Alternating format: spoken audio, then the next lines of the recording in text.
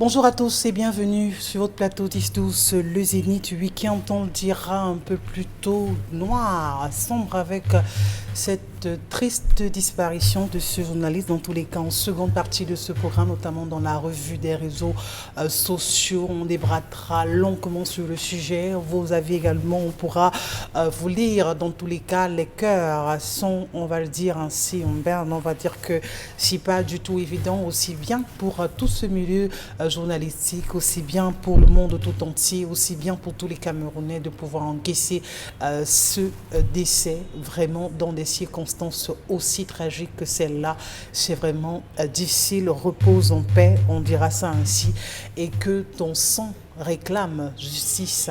Bienvenue encore sur ce plateau. Les rubriques, vous les savez, vous les connaissez, entre la revue des réseaux sociaux, interpellation, l'histoire du jour et la colère. Vous savez très bien que jusqu'à 12 heures, vous n'aurez pas justement à vous ronger les doigts parce que vous serez très bien servi et vous aurez le meilleur en termes d'informations sur ces antennes. Dominique Audrey Oyengelek, bonjour et bienvenue. Bonjour Isabelle Carole, bonjour aux téléspectateurs. Ce matin, voilà, nous avons le cas d'une grande sœur qui est inquiète pour son petit frère et porte le problème de la famille tout entière, la famille. J'espère que vous allez bien. Je voudrais exposer le problème de mon petit frère afin que le plateau nous propose, si possible, des solutions. Mon petit frère est en couple avec une jeune fille depuis 5 ans. Elle vient d'une autre contrée du pays. Ils ont un enfant et elle est encore enceinte au moment où je vous parle. Nous sommes d'une autre culture et le problème de la culture se pose énormément dans leur couple. Les parents de la fille exigent le mariage car ils sont témoins de Jéhovah et ma mère, mes oncles, mes frères et sœurs sont contre car ils trouvent que la fille ne fait pas suffisamment d'efforts pour s'intégrer dans la famille, qu'elle est suffisante et adore la vie de luxe. Pour explication, les deux travaillent et n'ont personne à charge à part leurs enfants et leurs charges personnelles. Quelquefois, ils se retrouvent à me demander de l'argent et cela me fait me poser des questions. Les deux gagnent vraiment bien leur vie et cela inquiète la famille, principalement ma mère. Elle a obligé mon frère à entrer dans une tontine, mais il le fait vraiment à contre-cœur, mais éprouve des récriminations car il trouve le montant élevé. Ma mère a eu un AVC, ça fait plus d'1 an. Jamais un membre de la famille de cette fille n'est venu rendre visite à ma mère. Mes frères, mes sœurs ont tranché. Ils ne veulent rien entendre de cette fille, mais elle a quelquefois cuisiné et rapporté à ma mère. Mais cela ne convainc pas ma famille du tout. Aujourd'hui, avec la nouvelle grossesse, le père de la fille met encore plus la pression à mon petit frère pour le mariage. Il aime la fille mais ne sait pas comment faire pour que les deux familles s'entendent. Il faut noter que ma mère est très extrémiste avec ses fils. Elle a été vraiment dure avec cette fille au point d'aller demander une affectation pour mon frère dans une autre ville afin de mettre fin à cette relation. Sans compter les mots choquants qu'elle lance à cette fille. Je veux juste le bien de mon petit frère mais je ne sais pas quoi dire. J'ai peur qu'il se marie en cachette et que cela entraîne des répercussions sur sa vie. À savoir, la question de savoir quels sont ces problèmes que le frère aurait posés. Elle a juste dit qu'il avait simplement des problèmes à régler et qu'il avait besoin d'argent. À la question de savoir quel est le contenu de vie de luxe que la copine du frère aimerait, elle a dit les vêtements, les chaussures qui coûtent cher. Elle suit beaucoup le style de vie des influenceuses. Le montant de la tontine que leur maman a exigé à leur frère de cotiser par mois s'élève à 100 000 francs CFA.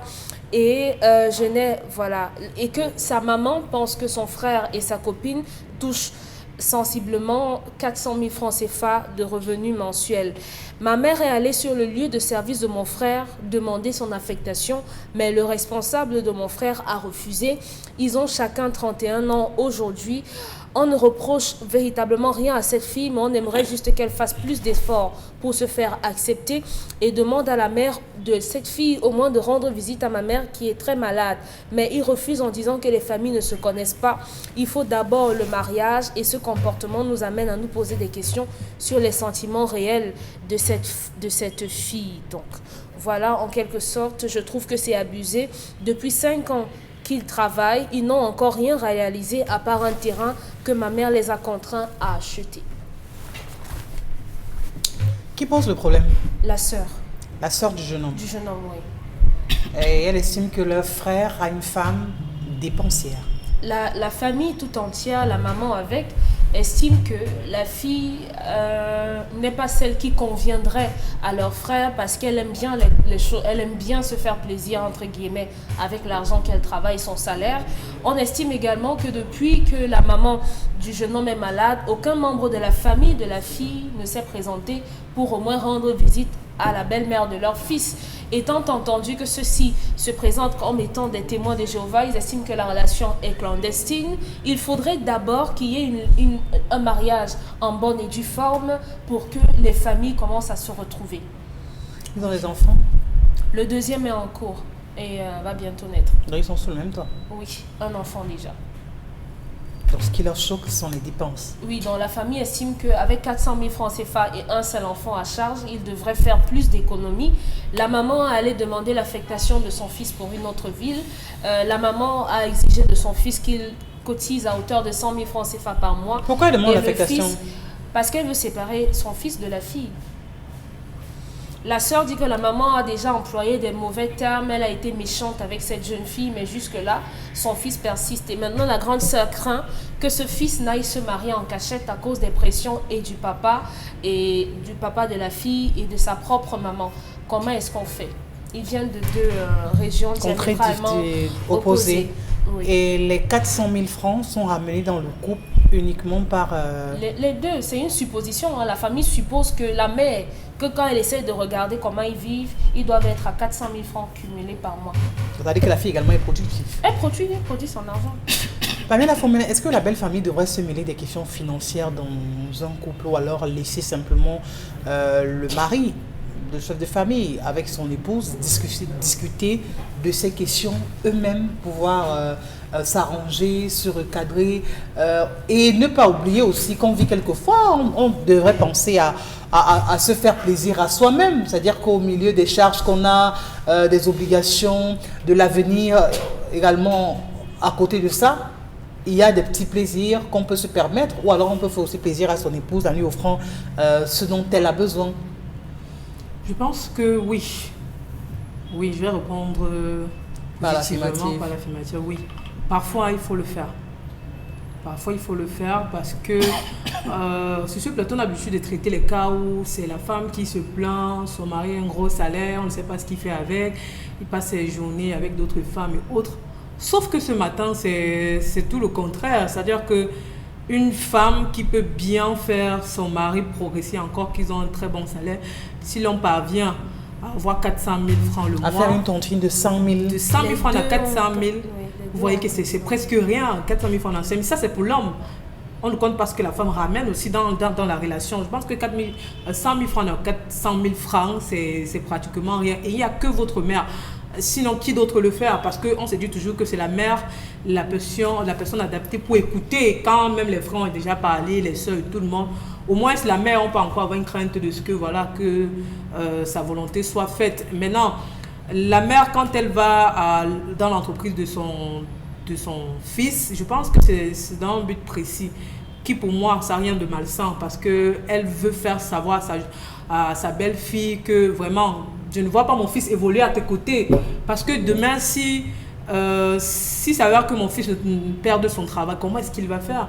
Il n'a pas économisé. Et encore, le terrain qu'ils ont, c'est la mère qui a forcé son fils à en avoir. C'est-à-dire qu'au bout de 5 ans, la mère regarde le bilan de son fils. Elle le voit pratiquement. Elle ne peut pas dormir, elle n'a pas le sommeil tranquille. C'est évident pour une mère. Quand tu es une maman, tant que les enfants... est-ce que la solution, c'est de répudier la jeune fille? Puisque ce sont... Est-ce qu'on ne peut pas donner les armes au fils pour vraiment pour qu'il ait une vie un peu plus réalisante, sans toutefois chasser la jeune fille? Non, la solution n'est pas de chasser la jeune fille. Mais quand la famille regarde, la fille ne veut pas s'intéresser, c'est-à-dire qu'elle ne fait aucun effort. Pour le progrès sa belle-mère a eu l'AVC. À aucun moment elle s'est rapprochée de sa belle-mère pour lui apporter son aide. Non, ou bien la mère de la fille. C'est sa famille qui n'est pas venue et on voudrait que sa famille... C'est un problème. Vous ne pouvez pas venir seul. Si vous venez, c'est comme si c'est vous qui allez en mariage. Pourtant, on nous a toujours fait savoir que le mariage, c'est deux familles, la famille de l'homme et la famille de la fille. Il est hors de question. Donc, il devrait être un peu plus humain de savoir que l'autre passe par un AVC, automatiquement, on va quand même lui rendre visite. Eux, ils veulent d'abord le mariage, on ne les connaît pas. La famille de la fille, parce qu'ici, on a l'impression que c'est la mère de l'homme qui est en train de toujours s'ingérer dans la famille, dans la vie de son fils. On ne le voit pas du côté de la fille, qui est en train de mettre la pression à son beau-fils, qu'il faut épouser. Donc, ça veut dire que si le beau-fils n'épouse pas sa fille, elle ne rend pas visite à sa mère. Même si la mère décède, c'est ça la conclusion. Ça veut dire que même si la mère décède, tant que tu n'as pas épousé notre fille, vraiment, vous ferez votre deuil de votre côté là-bas, on n'en a rien à foutre. Non, c'est pas normal. Je pense que c'est deux familles et il y a rien de plus bien quand quelqu'un vous soutient lorsque vous avez des moments difficiles. La fille seule ne peut pas se rendre du côté de la famille de son mari parce que sa belle-mère est malade. Non, je pense que c'est même la mère de la fille qui devait prendre le devant en disant que d'accord, c'est la mère de ma belle-fille, il faudrait que j'y aille. C'est normal, ça veut dire que c'est logique, mais on n'a même pas besoin de faire les calculs là-dessus. Maintenant, la famille de la fille ne doit pas mettre la pression à cet homme qui prenne son temps. Et je suis sûre qu'il donnera raison à sa mère si jamais il écoute sa mère au bout de 10 ans ou bien 5 ans, n'importe quoi. Lorsqu'il fera son bilan, il va se rendre compte que le bilan est néant. Donc, qu'il écoute d'abord sa mère. Il ne peut pas vouloir du mal à son fils. Jamais. Je suis même sûre que la fille ne rend presque jamais visite à cette mère. Elle ne va jamais faire sa vie à elle seule. Elle est dans sa bulle. On n'offuse pas qu'une jeune fille doit se faire plaisir. Ça, c'est connu de tous. La sœur dit que la fille est là. Mais ça ne suffit pas. La famille estime que ça ne suffit pas. Ne dites pas qu'elle ne rend pas visite. Ce ne serait pas vrai. Dans votre là, qu'est-ce que vous mettez dans là? Mais je répète ce que la personne qui envoie l'histoire dit. Elle a fait la nourriture à plusieurs reprises. Elle est venue. Elle essaye de faire les efforts. Ce qu'elle pense être des efforts pour elle. Mais mes frères, mes tantes, mes oncles et autres estiment que ce n'est pas insuffisant. Voilà, c'est ce que Pamela a décrit, qu'elle n'est pas très impliquée dans cette famille. Dire qu'elle ne rend pas visite, c'est travestir la vérité. Elle n'est pas impliquée, mais ça ne suffit pas. Sa famille également n'est pas impliquée. C'est ça le problème, parce qu'on peut se permettre de se faire plaisir, tout le monde le fait.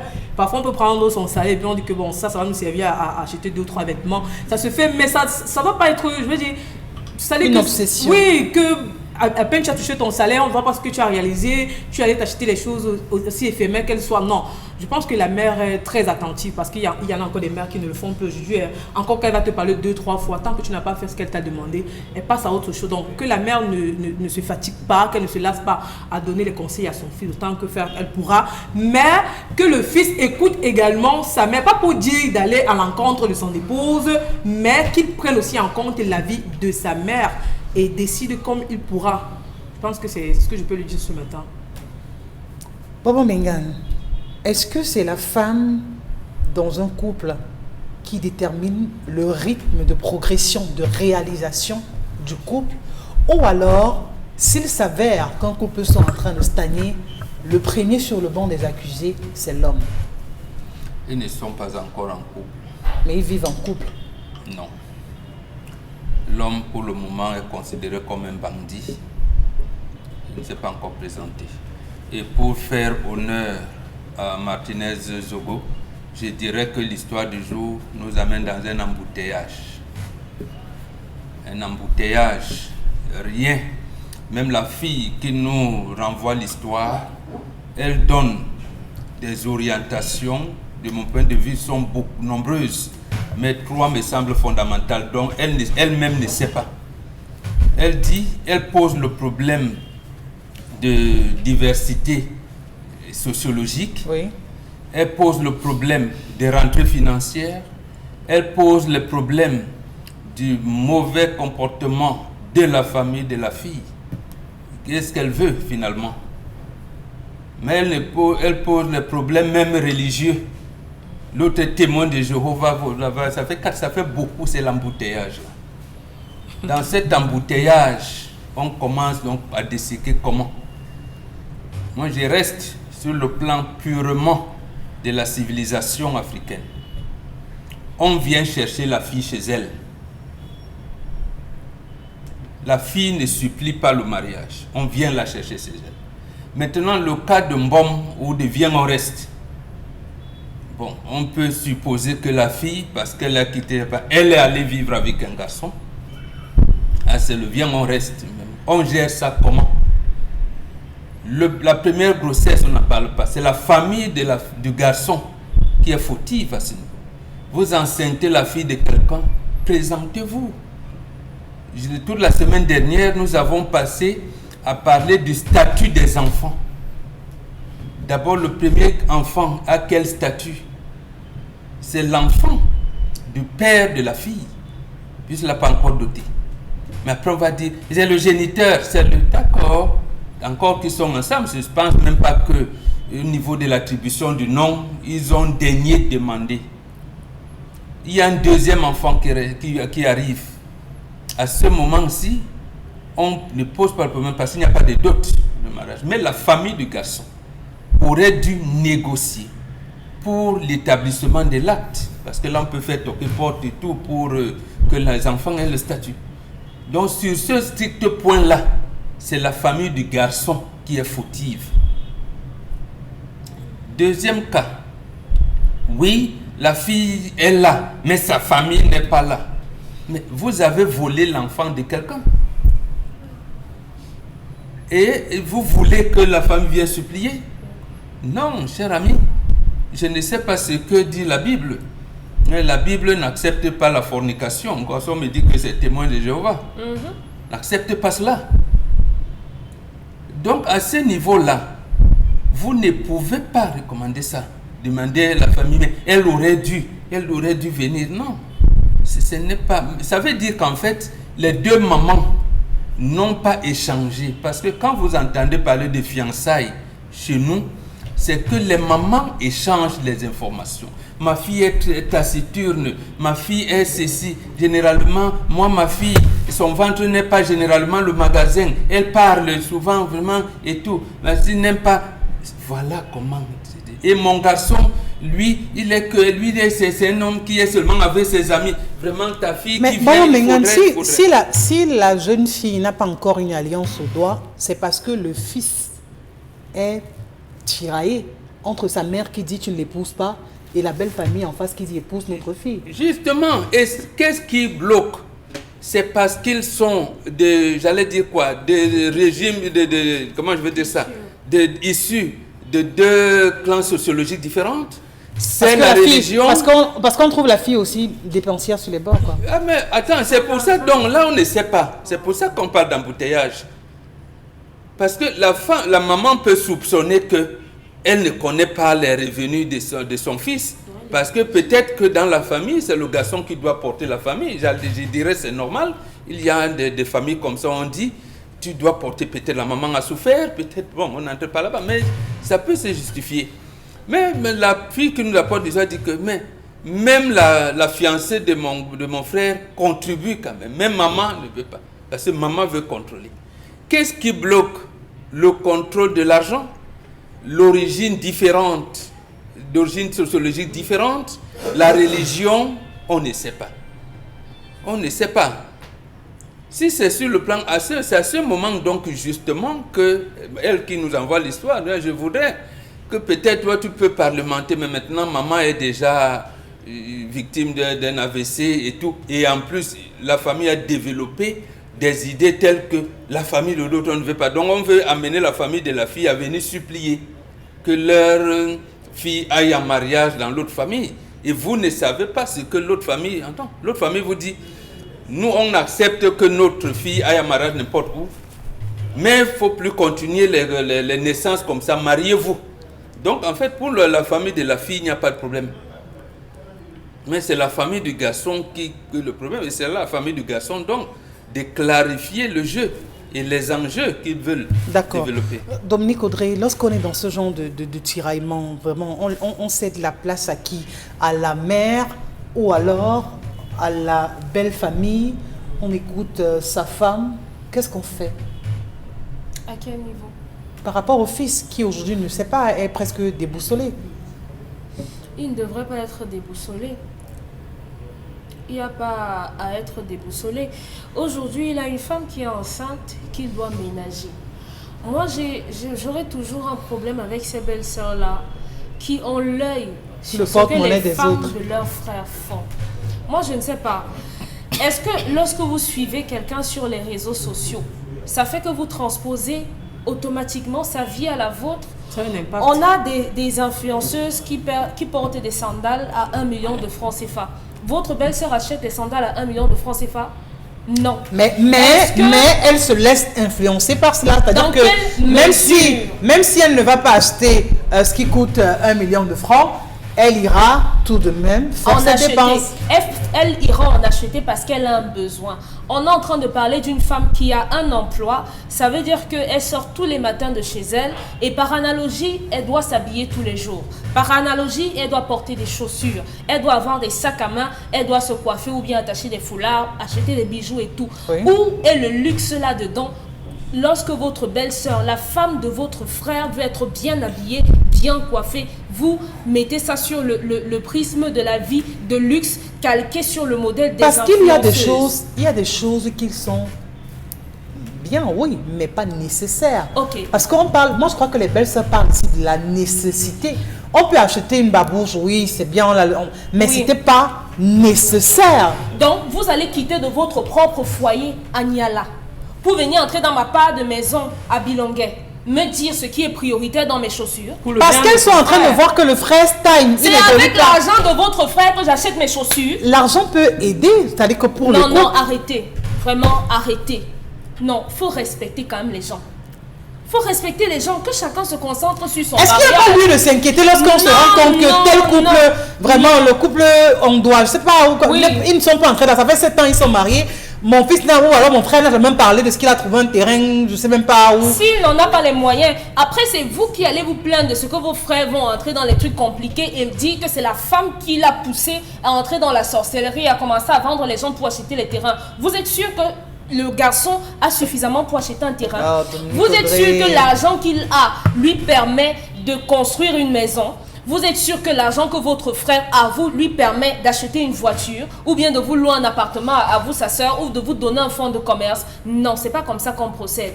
Vous ne pouvez pas rester à l'extérieur, dans vos maisons, vous asseoir sur vos imaginations et vous dire notre frère, de toute façon, il travaille à Equinox. Et comme il travaille là-bas, ça signifie qu'il doit avoir 500 000 francs CFA le mois. Mais quand j'arrive toujours chez elle, chaque semaine, sa femme a une nouvelle perruque. Ça veut dire que les 500 000 francs là, elle prend 200 000, elle achète la perruque. Après, elle achète des chaussures. Ce n'est pas comme ça que ça se passe. Arrêtez de compter l'argent dans les poches des gens. C'est de la sorcellerie.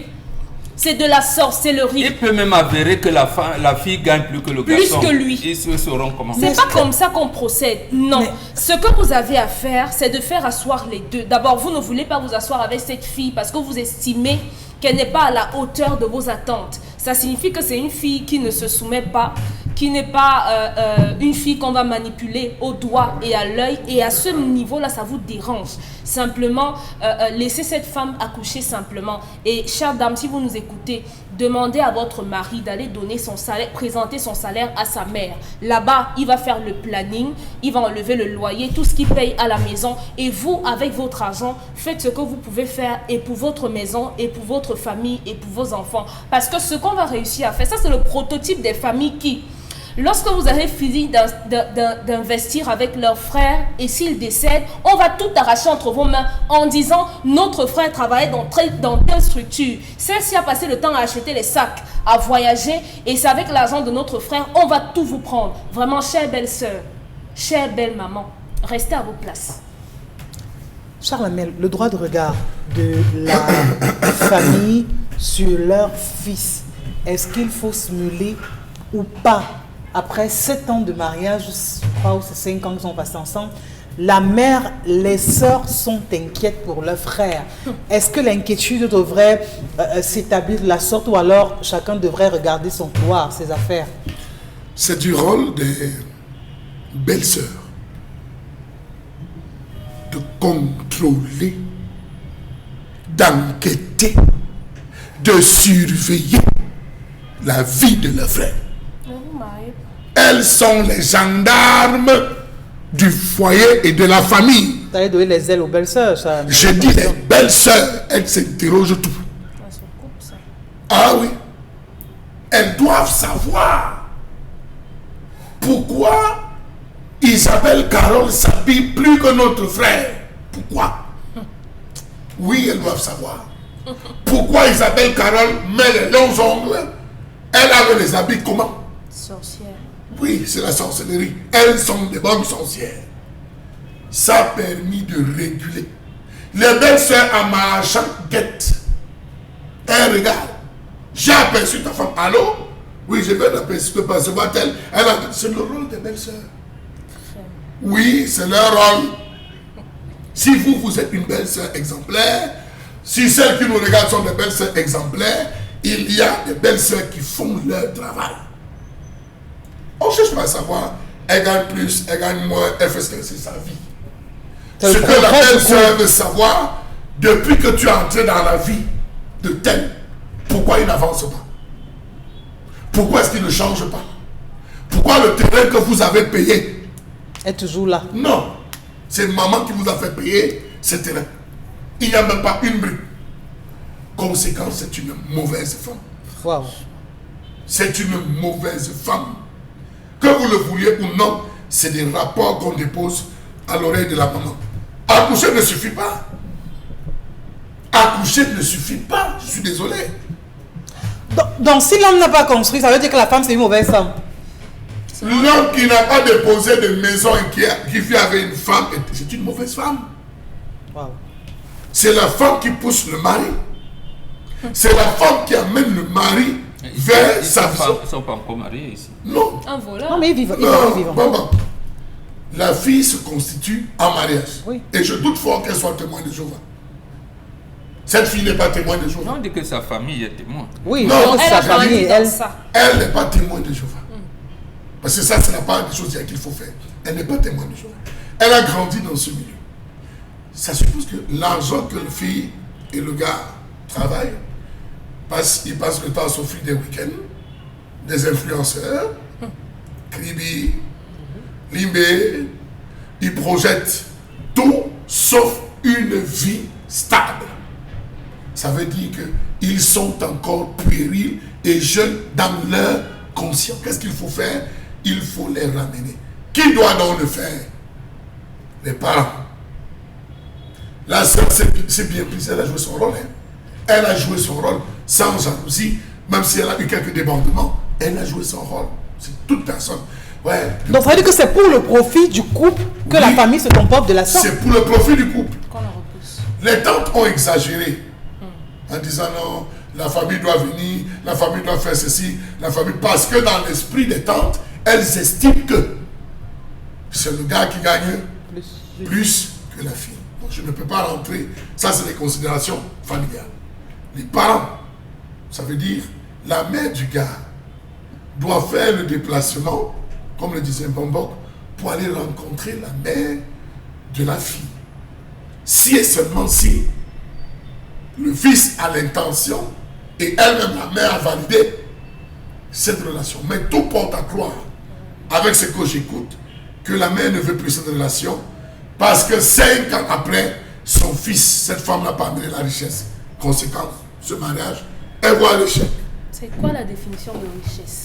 Oui, parce qu'ils n'ont pas prospéré, le fils est... Elle a un terrain dans 5 ans, pas épousé. elle a accouché. Finalement, hier on dit la richesse c'est pas le matériel, ce sont les enfants. Oui. Aujourd'hui, Non, on dit, mais est-ce que c'est un tout, Dominique Audrey? Dans le fait pour elle d'avoir fait des enfants.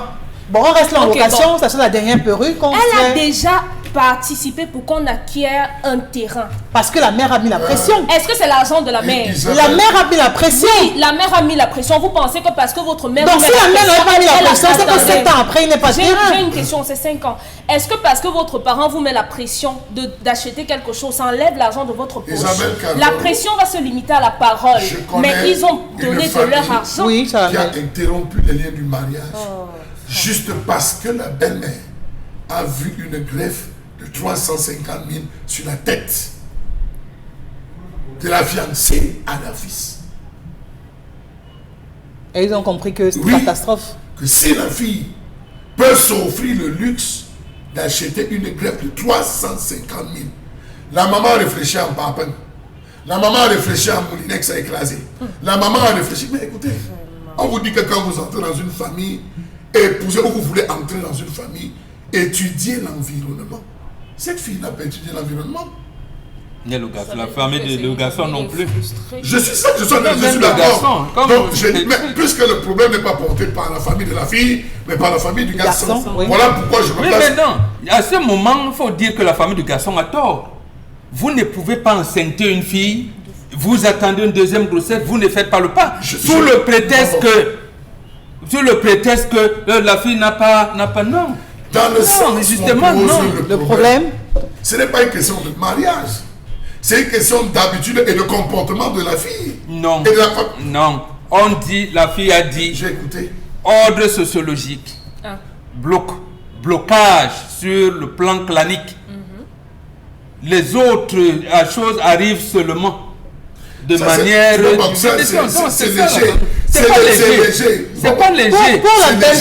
pour la belle-sœur, le frère n'avance pas. C'est ça. En Voilà le fond. En Voilà le fond. votre frère. Avancer signifie Le quoi? gars n'avance Dominique pas. Audrey, on le dit en quelle heure? Il ne fait rien, il ne produit pas. En 5 ans, un gars Non, de 31 c'est- ans a déjà un terrain. La famille, il a des enfants. la Et la famille- fille a expliqué comment ils ont fait pour avoir ce Ce terrain. n'est pas leur argent, c'est l'argent du garçon et de la fille. Et ce sont Bien les qu'on ait idées de mis- la mère. Bien qu'on ait mis la pression, est-ce qu'ils ne cotisent pas 100 000 tous les mois? Et là encore, c'est l'idée de la mère. Et là encore, c'est la mère. C'est La la mère. question, est-ce qu'ils cotisent? La mère Et là est encore, fautive. c'est la mère. Régulièrement. Cette famille du garçon est C'est fautive une sur mauvaise toute la famille. ligne. C'est une mauvaise famille. C'est pas une mauvaise famille. Si. C'est pas une mauvaise Elle est famille. attentive. Attendez. La famille est attentive. Ils ont, non, elle n'est bon. pas attentive. Bon, Non, la- la famille, elle a c'est une très bonne famille. Non, non. Elle a- Cette fille étant entrée dans notre famille. Cette Elle fille- n'est pas entrée. Bon, Vous l'avez volée. permettez-moi. Vous avez volé la fille de quelqu'un qui vous donne les enfants. Permettez-moi. Oui, Et maintenant, vous la elle vient rejetez. rendre une Vous famille dites même- stérile. non. Mais là, elle vient rendre une famille À stérile. quel niveau? Cette fille est entrée dans notre famille. On voit comment cette fille s'épanouit.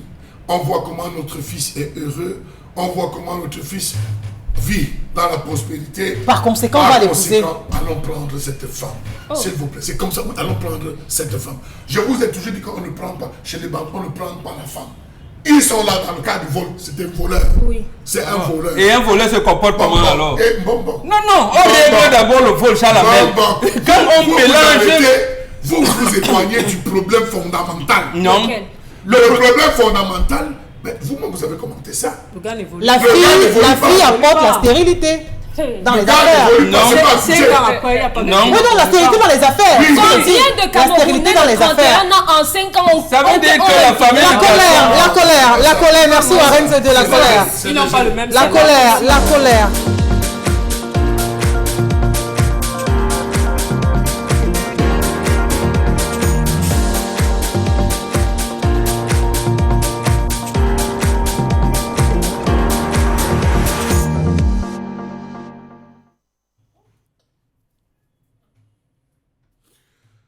Je m'interroge ce jour sur la question de l'opacité qui entoure la gestion des comptes d'affectation spéciaux dans ce pays. Comment comprendre la gestion de ces comptes d'affectation spéciale dans ce pays? Les recettes budgétaires prévues cette année 2023 pour alimenter les 10 comptes d'affectation spéciale, CAS, se chiffrent à 70,3 milliards de francs CFA. Ces recettes ont baissé de 32,4 milliards comparé à l'année dernière, où c'était 102,7 milliards de francs CFA, soit une baisse de 31,5% en valeur relative. La suppression cette année du Fonds spécial de solidarité nationale, créé en mars 2020 pour financer les opérations de lutte contre le coronavirus et ses répercussions économiques et sociales, en est la principale cause. Seulement, de l'avis des experts, on se pose des questions. Comment clôturer un compte comme celui-là sans en avoir fait le bilan? Fonds spécial de solidarité nationale. Nous a-t-on donné des explications au sujet de la gestion de ce fonds particulièrement? Question. Dans tous les cas, passons. Quel est l'organe? Mieux, l'identité des personnes ayant le contrôle des comptes dits de 922. Comment comprendre que ces comptes d'affectation spéciaux, hors budget, souffrent d'une gestion obscure qui elle-même dépasse la Chambre des comptes du Cameroun? Absence de recettes affectées, absence d'informations sur les recettes et les dépenses permettant de s'assurer qu'elles correspondent à l'objet statutaire de ces comptes. Dépassement des plafonds des recettes fixés par la loi des finances. Excédent des recettes sur les dépenses non reversées dans le budget général. Je m'interroge sur cette magnanimité exceptionnelle à chaque fois qu'il y a des crises alors que les coupables sont présents. Savez-vous que pour la seule année 2013, plus de 40 milliards de francs CFA ont été alloués à ces comptes hors budget qui ont disparu de la comptabilité finale de l'État? Où est passé cet argent? Personne ne le saura. Le juge des comptes a affirmé que les états financiers de cet exercice ne sont ni réguliers, ni sincères et ne donnent non plus une image fidèle de la situation financière de l'État.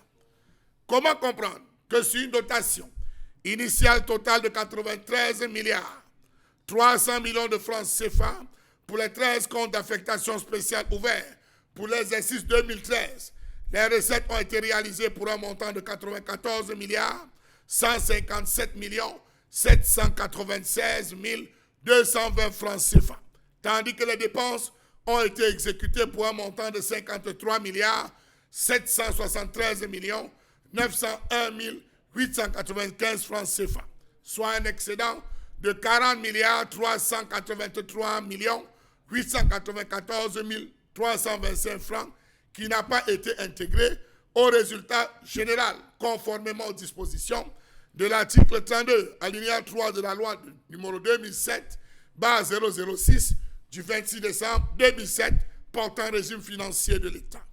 Comment comprendre qu'aucune disposition légale ou réglementaire ne fixe la destination de l'excédent des ressources mobilisées par rapport au plafond arrêté d'une part et sur les reliquats des ressources non consommées d'autre part? Étrange, me direz-vous. Savez-vous que le compte d'affectation spéciale portant sur la redevance d'usage de la route, fonds routier, a disparu de la loi des finances 2014 sans qu'aucune ligne de ce document n'explique ce que l'argent est devenu?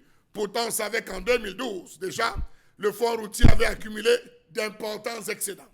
Rappelons-nous que lors de la préparation du budget 2017, c'est le ministère des Finances qui regrettait que l'utilisation des fonds affectés au compte d'affectation spéciale, notamment 106 milliards 700 millions de francs CFA pour l'exercice 2016, ne répondait pas à la logique de budget programme.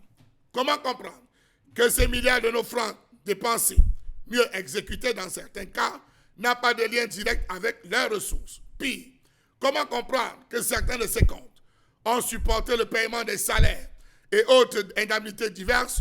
Pourtant, l'article 32, alinéa 1 de la loi portant régime financier de l'État interdit d'imputer directement à un compte spécial des dépenses résultant du paiement de traitements, salaires, indemnités et allocations de toute nature. Rappelons-nous que lorsque Moëlle Kombi arrivait à la tête du MINAC, son premier geste aura été celui de demander un audit du MINFI sur le compte 902, du fait qu'au moment où il prenait fonction, ce compte doté d'1 milliard de francs CFA pour l'exercice 2011 avait été entièrement consommé et présentait un solde débiteur à la pairie générale du Trésor. Il avait affirmé que d'importants décaissements d'un montant de 1 milliard 96 millions de francs CFA y ont été opérés par l'agent comptable et s'est alarmé du niveau d'endettement très élevé du ministère des Arts et de la Culture par rapport aux engagements pris sur ce compte spécial. Comment faire la différence entre les dons provenant du chef de l'État, les dons des caisses noires de la présidence de la République et ceux provenant du trésor public? À côté de ces dons magnanimes du chef de l'État, nous avons les comptes 902, 10 comptes d'affectation spéciaux hors budget, dont la gestion obscure dépasse la Chambre des comptes encore du Cameroun. Merci à vous, Charles Hamel, pour cette colère. Et évidemment, la question, elle est posée et c'est un problème qui préoccupe aussi plus dans cette gestion, on va dire, obscure, trop même à la limite. C'est-à-dire qu'à un moment donné, on a besoin de transparence, on souffre de cela, on manque de ça, on a soif de ça, mais ce n'est pas lisible pour Megan. Le problème de ce compte est qu'à la fin de l'exercice, on ne fait pas le bilan pour savoir où est-ce qu'on a affecté. À qui revient cette mission de faire l'audit du compte? C'est la Chambre des comptes de la Cour suprême qui fait les comptes de l'État du Cameroun. Mais l'ordonnancier du compte, l'ordonnateur, du compte, c'est le président de la République. Mais ce compte renferme déjà, j'allais dire, des lignes bien précises. Par exemple, le compte que Chalamel a relevé pour le professeur Moïle Kombi, parce qu'il y a 1 milliard de francs d'affectation spéciale pour la culture. Et là-dedans, à l'époque, quand on le faisait, on arrêté à 1 milliard. Il y a des festivals qui sont organisés, qui sont enregistrés généralement. À l'époque où on parlait du ministère de l'Information et de la Culture, nous demandions souvent des aides de l'État. Par exemple, l'Ongondo, l'Ombam-A, l'Ongwon, ainsi de suite, la fête de coq et tout. Donc, on avait répertorié un certain nombre de festivals et on répartit cet argent en fonction des festivals bien connus. On sait par exemple que l'Ongondo, c'est tous les ans, ça se termine le premier dimanche de décembre, suivi d'Impo, suivi le Longwon, c'est tel, et tel de coq. Bon, on sait ce calendrier, il y a un calendrier établi pour certaines fêtes, festivals connus. Là, à ce moment, et d'autres festivals qu'on a intégrés, mais qui sont peut-être 2 ans après ou 3 ans après. À ce moment, lorsque ces festivals se tiennent, on prélève. Là, à ce moment, on est obligé de réduire dans le budget de Ngondo qui se tient tous les ans, un peu, parce que l'autre festival est arrivé, ainsi de suite. Maintenant, il y a une autre dotation. C'est-à-dire quoi? Accident de Camraï. On vous dit, le chef de l'État demande l'affectation d'1 milliard de francs. C'est dans ce compte qu'on prend. Oui. Comprend. On vous dit accident de Camer. C'est dans ce compte qu'on prend. Et OTA, OTS, on voudrait que c'est dans ce compte qu'on prend. Mais il faudrait, et même le budget de la présidente de la République... Ça veut dire que le président de la République est quelque part le principal responsable? Oui, l'ordonnateur, oui, absolument. Je veux dire que en dehors de ce qui est déjà établi, par exemple, il a parlé de 2014 à 2015, oui. Lorsque le chef de l'État arrive, je pense qu'il sortait d'une visite en France avec François Hollande, quand il dit « Nous allons engager la guerre contre Boko Haram ». À ce moment-là, l'Assemblée nationale n'avait pas voté un budget, c'est-à-dire on n'allait pas demander au ministère de la Défense que vont vraiment... Non, le ministère de la Défense, parce qu'il y a une attaque, s'organise pour l'intégrité du territoire et tout. Mais maintenant, il faut que l'Assemblée nationale reste et voit, et le président ordonne que l'argent soit débloqué. Et même lui, le budget de la présidence de la République, je pense que la première ligne, c'est défense de l'intégrité du territoire. C'est-à-dire que lui-même, avec l'argent qu'on lui donne, on suppose que le Cameroun peut être en guerre et qu'il n'est pas à réunir l'Assemblée nationale pour débloquer de l'argent. Il sort l'argent, il engage. On a eu Bakassi et tout, de suite, et suite. Et maintenant, arrive encore la crise anglophone. Qu'est-ce qu'on fait? L'armée et la force de défense et de sécurité ne sont pas en guerre, certes, ils font une mission de maintien de la paix. C'est vrai, mais il faut les entretenir. Ce n'était pas prévu dans le budget de 2016. Il faudrait donc qu'on trouve l'argent. Donc à ce moment-là, ça va un peu vite. La commission des finances de l'Assemblée nationale peut se réunir chaque fois et faire une dotation, ainsi de suite, ainsi de suite. Voilà comment ça se décline. Mais l'opacité vient parce qu'à la fin de l'exercice, il faudrait que la Chambre de comptes de la Cour suprême donne... Bon, ailleurs c'est visible, chez nous, les rapports sont adressés à qui de droit. C'est un peu par rapport à cela qu'il y a une opacité. Donc, on ne peut pas savoir, cette année, on a dépensé tel pour telle chose. Et l'année prochaine, bon, comme Boko Haram continue, et comme la crise dans le Nozo continue, l'année passée, on avait prévu 2 millions.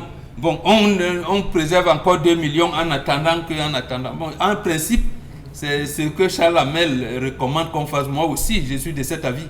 C'est-à-dire qu'on sache que dans ce budget, voilà comment généralement l'argent ressort, parce que c'est quand même des contribuables. Parce qu'en fait, rappelez-vous pour Boko Haram, oui. Il y avait eu une solidarité nationale. Oui. Les gens y donnaient et de l'argent, Oui. et les vivres, et tout.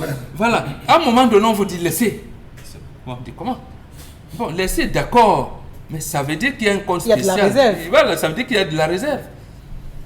Donc, on a donc puisé. Et pour donner. Maintenant, il faut donc nous dire que, bon, chers compatriotes, on vous avait demandé, on salue votre esprit patriotique, ainsi de suite. Mais en fait, on vous avait demandé d'arrêter. Non pas que nous ne voulons pas, ou alors nous ne voulons pas ralentir votre esprit patriotique. C'est qu'on avait un peu de réserve là qui s'élevait à 2 milliards, à 500 000, à quoi, pour appuyer notre armée. Mais vraiment, soyez en état de veille maximum. Chaque fois qu'on vous appellera, vous direz bon. Et à la fin, on vous dit, ça a coûté 2 milliards. Pour Voilà. l'État, parce que Dominique Audran dira que c'est un argent qui appartient à tous les Camerounais. C'est pour tout le monde. C'est-à-dire que chacun, vraiment de manière directe ou indirecte, il met du sien. Maintenant, aujourd'hui, comment est-ce qu'on fait pour persévérer dans une gestion éparse d'un tel compte ou d'un tel budget? C'est me demander de faire la belle sœur là. Je ne saurais l'expliquer. Il faudrait. N'allez pas provoquer Charles. Non, c'est pas de la provocation. C'est dire que si quelqu'un réussit à vous expliquer ce qui se passe, c'est que c'est une personne qui dort les pieds dans l'eau, c'est une personne qui dort la tête dans l'eau. Il faut être moulé dans ce système, être dans cet engrenage pour pouvoir comprendre par quelle alchimie on peut se retrouver à ce niveau. Vous retrouverez que dans certains comptes même, on a excédé les plafonds, on a dépassé le plafond et jusque-là, personne ne peut expliquer où est allé l'excédent. On se retrouve avec un argent, un compte qu'on met à disposition pour mettre en place des politiques publiques, pour, disons, faciliter, que ce soit pour les sinistrés, bon, mon cas parler pour la reconstruction, ainsi de suite. Mais rendu à la fin de l'année budgétaire, personne ne vous explique rien. Personne ne peut rien vous justifier. Il n'y a pas de transparence. Et si on en est là jusqu'aujourd'hui, c'est parce que les personnes qui ont le pouvoir de regard, de contrôle, reste simplement tranquille. Auquel cas, chacun des rapports qui mentionnaient qu'on a donné 1 milliard, je dis n'importe quoi, pour la dotation, disons pour l'eau. Pour la gestion de la crise anglophone, oui. Que ce soit pour... tout et n'importe quoi. On devait avoir de l'eau au quartier d'Eido. À la fin de cette année, malheureusement, on s'est rendu compte qu'on n'a rien eu. On a eu juste des machines qui sont venues forer. On n'a pas aménagé le point d'eau. On a donné 3 milliards pour pouvoir reconstruire le carrefour J'aime mon pays qui a été détruit récemment et tout. Et malheureusement, c'est toujours dans le même état de délabrement. Ça s'est même empiré parce qu'on a enlevé les antivols qui étaient là et tout. Et rien n'a été fait. On s'attend au sortir d'un tel rapport que les personnes à qui on a remis cet argent ou bien ces projets à réaliser soient interpellés, soient interrogés, soient exploités pour expliquer le pourquoi de la non-effectivité de la réalisation des projets. Sauf que rien n'est fait. Et l'année qui suit, on ajoute l'argent sur l'argent, on ajoute l'argent sur l'argent.